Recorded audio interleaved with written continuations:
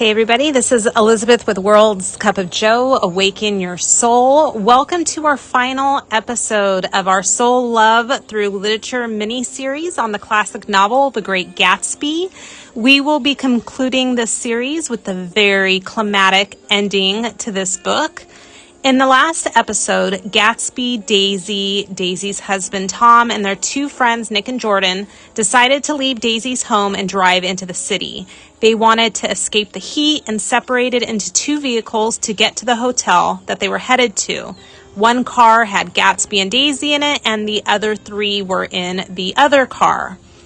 We will pick up the story once they have gotten into the city, gone to the hotel, and are all enjoying a drink together in the hotel room. First quote. "Wait a minute," snapped Tom. "I want to ask Mr. Gatsby one more question."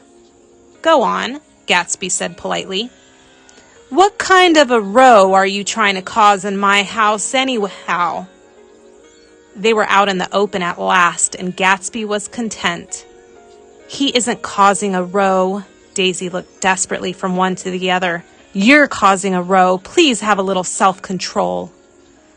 This is the start of the entire tense scene. Tom, Daisy's husband, calls out the relationship that he is witnessing play out before his own eyes. Now, the reason I wanted to include all of this passage and dialogue is because I think it cleverly highlights the push-pull dynamic of Daisy and Gatsby. Look at Gatsby's reaction. They were out in the open and he was content. He's happy that this is being talked about. But look at Daisy's reaction as the pull polarity. It totally stresses her out. She looked desperately from one to the other. The energy has already shifted, that Daisy is starting to feel the pressure of the encounter and confrontation. Next quote. "I've got something to tell you, old sport," began Gatsby, but Daisy guessed at his intention.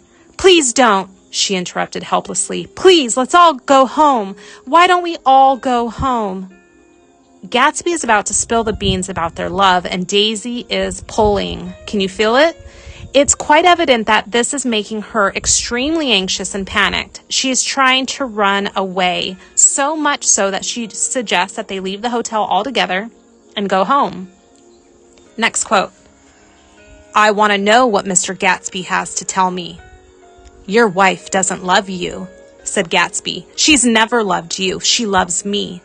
"You must be crazy," exclaimed Tom automatically. Gatsby sprang to his feet, vivid with excitement. "She never loved you. Do you hear?" he cried. "She only married you because I was too poor and she was tired of waiting for me.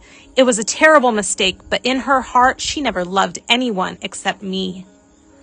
Ooh, this conversation is heating up. Now, it's interesting to hear how Gatsby views Daisy's feelings towards him. It's almost as if he is projecting his own feelings onto her. But the pull polarity, despite loving their twin, does not feel the same as the push does. Just because Gatsby has never moved on and loved another person doesn't mean that Daisy, by default, has done the same. In fact, the pull twin can move on with their lives and go on to live a normal life in the 3D without thinking of their person. And that is what Daisy did. This is why Tom is so surprised. He knows his wife and the relationship they have, so he's rightly objecting to the accusation of Gatsby's that Daisy never loved him. "Sit down, Daisy." Tom's voice groped unsuccessfully for the paternal note. "What's been going on? I want to hear all about it." "I told you what's been going on," said Gatsby. "Going on for 5 years and you didn't know." Tom turned to Daisy sharply. "You've been seeing this fellow for 5 years?"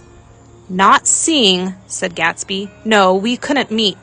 But both of us loved each other all that time, old sport. And you didn't know. I used to laugh sometimes." But there was no laughter in his eyes. "To think that you didn't know." Gatsby is under the illusion that because time and feelings stopped for him, that they did so for Daisy as well. But how does Daisy feel about all of this? Gatsby pressures Daisy to tell Tom that she never loved him, to validate his feelings and thoughts of their relationship.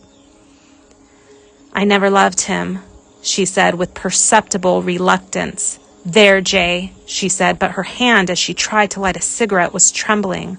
Suddenly she threw the cigarette and the burning match on the carpet. Oh, you want too much, she cried to Gatsby. I love you now, isn't that enough? I can't help what's past. She began to sob helplessly. I did love him once, but I loved you too. Gatsby's eyes opened and closed. You loved me too? He repeated. The words seemed to bite physically into Gatsby. This passage is pretty painful for any push polarity to hear. I feel so empathetic towards Gatsby that my heart hurts for him. He's spent the last 5 years of his life doing anything and everything to get back to Daisy, and she moved on with her life. And not only that, but she managed to love another man.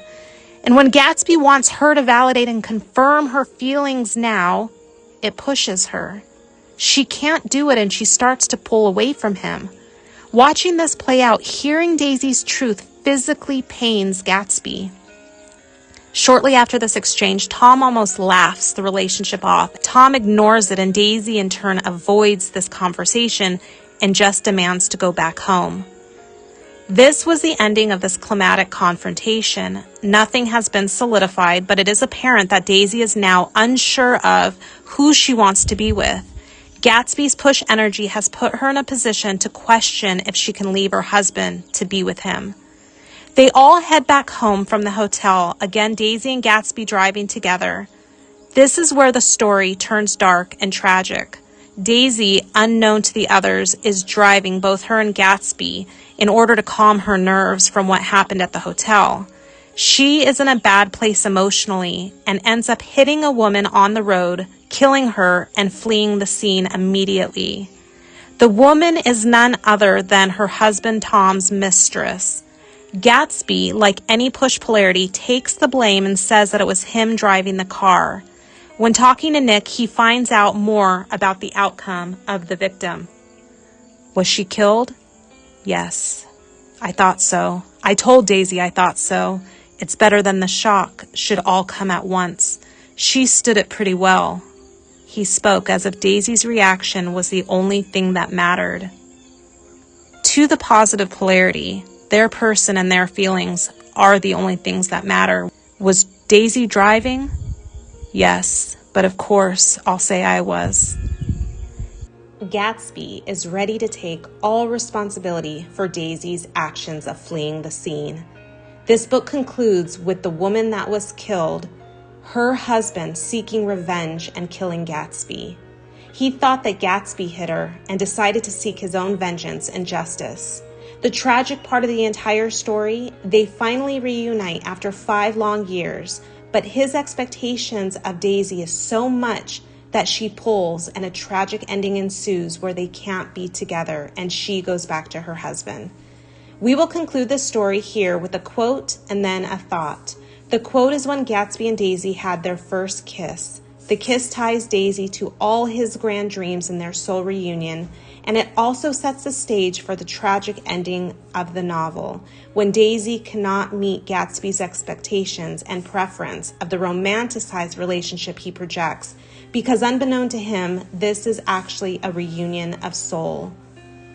His heart beat faster and faster as Daisy's white face came up to his own. He knew that when he kissed this girl and forever wed his unutterable visions to her perishable breath, his mind would never romp again like the mind of God.